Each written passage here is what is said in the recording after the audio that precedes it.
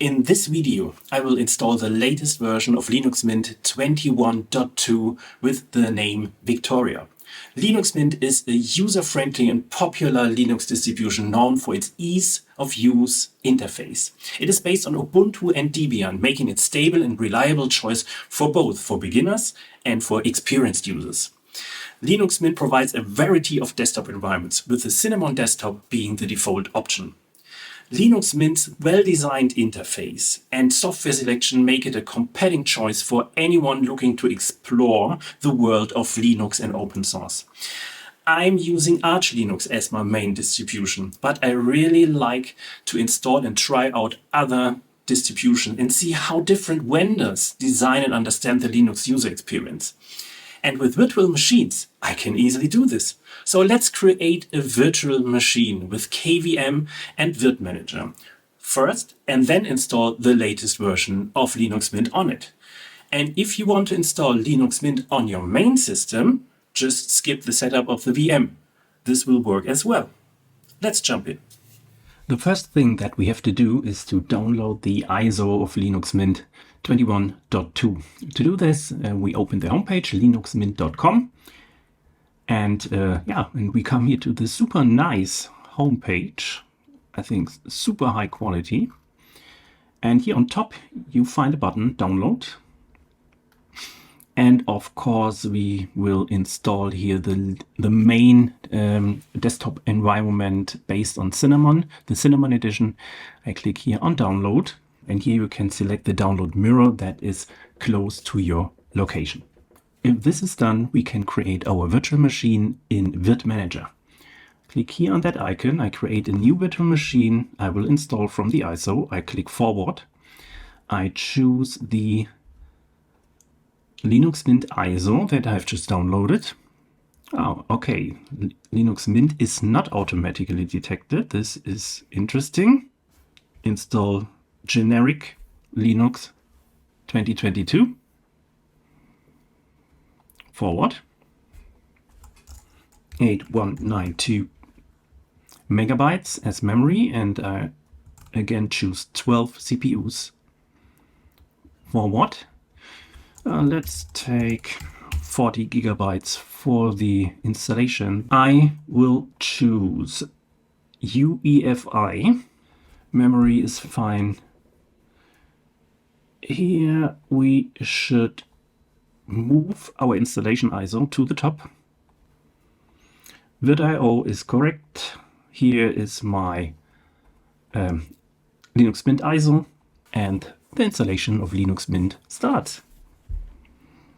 Okay, we have an internet connection, which is great, and the desktop is already there. So this is a typical live installation, so you can test the installation before installing it on your computer. We want to install Linux Mint in the virtual machine. That's why I can start here the install Linux Mint application, and the installer opens. Okay, English is fine. I click here on continue, but the keyboard layout, for me it's German. Multimedia codecs are not required for my installation for now.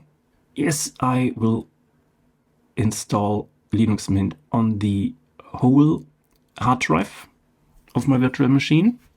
Yes, you can format everything. Berlin is correct. My username. Computer name is fine. My username is different.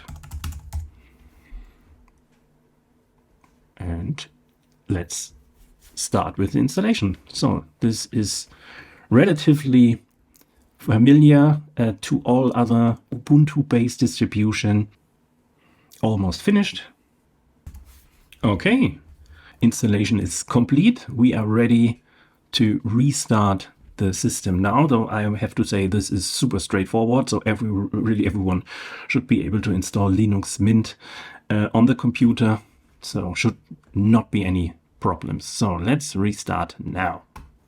System is booting up again, and the welcome screen is there. Perfect. Let's log in.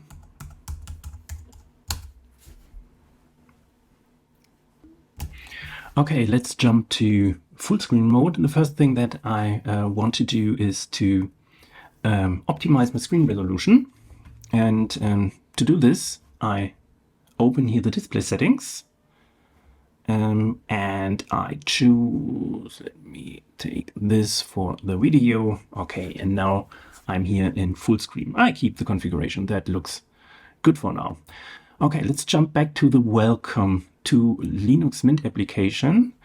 Let's see what is here behind. I click here on Let's Go, and then we have here some first steps suggested by the Welcome application desktop colors. Let's check the desktop colors. What we can do here now is to, let's open the file manager in parallel. First of all, I'm a big dark mode fan. Let's take a dark mode. Okay, that looks very nice. And what is here on the color available? I click here on green, and you see that that all the icons in the file manager are green now. So this is really something where you can customize the look and feel of Linux Mint to your needs. This is very good. Okay, let's close it. System snapshots. Okay, here it seems that Timeshift is also installed. I also have installed Timeshift on my Arch Linux installation. This is great to create a snapshot of the current installation and recover the in case of any errors or mistakes, or if you want to try something out, then you can create a snapshot before and then you can roll back to that working system. Let's see what happens. Click on launch, enter my password, and then, okay, then you see that ButterFS is not selected here. So the standard is rsync, and rsync is just copy files from the main system to another folder or to an external hard drive, and then you can recover the system from there. Though this is nothing that I want to do now. Okay, driver manager. Let's launch here the driver manager. System is looking now for drivers. No drivers needed. That's fine for me. I'm in a virtual machine. Multimedia codecs not required. Update manager. Okay, system settings. Let's open this system settings and change the background. So it's always important that the system looks great. And let's choose maybe another one for now. Let's take this one. Okay, works very well. Software manager. Let's launch the software manager. I want to install Brave. Let's see if Brave is available. Yes, Brave is available on FlatHub. This is also very good. And I install Brave. Okay, Brave is installed. Let's close it for now. And let's see where Brave is located in the application starter. This is the application starter of Linux Mint. It looks very good. And here is already Brave visible, but should be also available here in the section Internet. Okay, let's start Brave.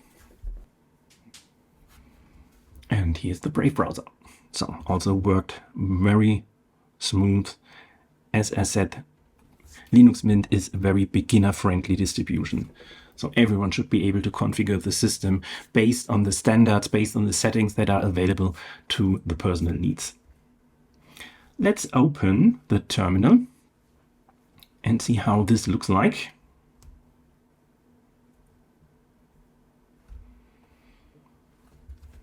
Okay, no NeoFetch is popping up. This is what I normally prefer, but maybe, yeah, it's installed, but you can open NeoFetch by entering NeoFetch, and then you see here all the system information. The shell is based on Bash. The kernel, it's 5.15. This is a relatively old kernel. I'm currently using 6.3 on Arch Linux, as far as I can remember. And CPU is here. This is the my Ryzen CPU, AMD found and configured in the virtual machine with 12 cores. And the GPU is the VirtIO Red Hat simulated graphics card. Okay, yeah, packages 2099 and 7 Flatpaks after installing the Brave browser. Okay, let's try to install another kernel, because there are also more updated kernels available. I open the update manager, I click on OK. To a local mirror, no. Okay, let's see. Here, Linux kernels. Then the warning, of course, pops up. Let's click on continue. And here is the 5.19 kernel. Let's try to install this kernel. This is supported by Linux Mint since August 2023. And click on yes. You have to enter a password. And the installation starts of the kernel in the background. Let's give it a try. Well, this is suggested if you have a more modern PC, then of course the kernel should support the latest hardware. If you have older computer where you are using Linux Mint, then I would suggest keep the LTS, the long-term support kernel, on your computer.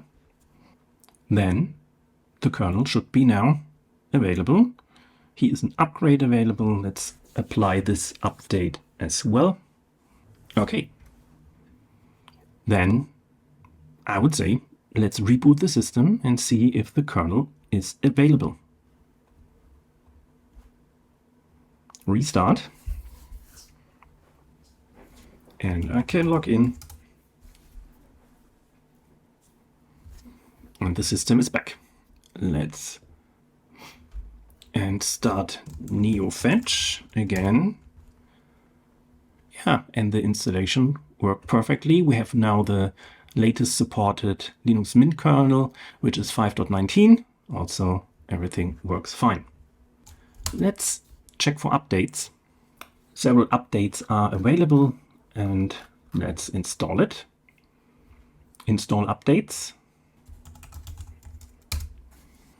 And the updates of the packages has started.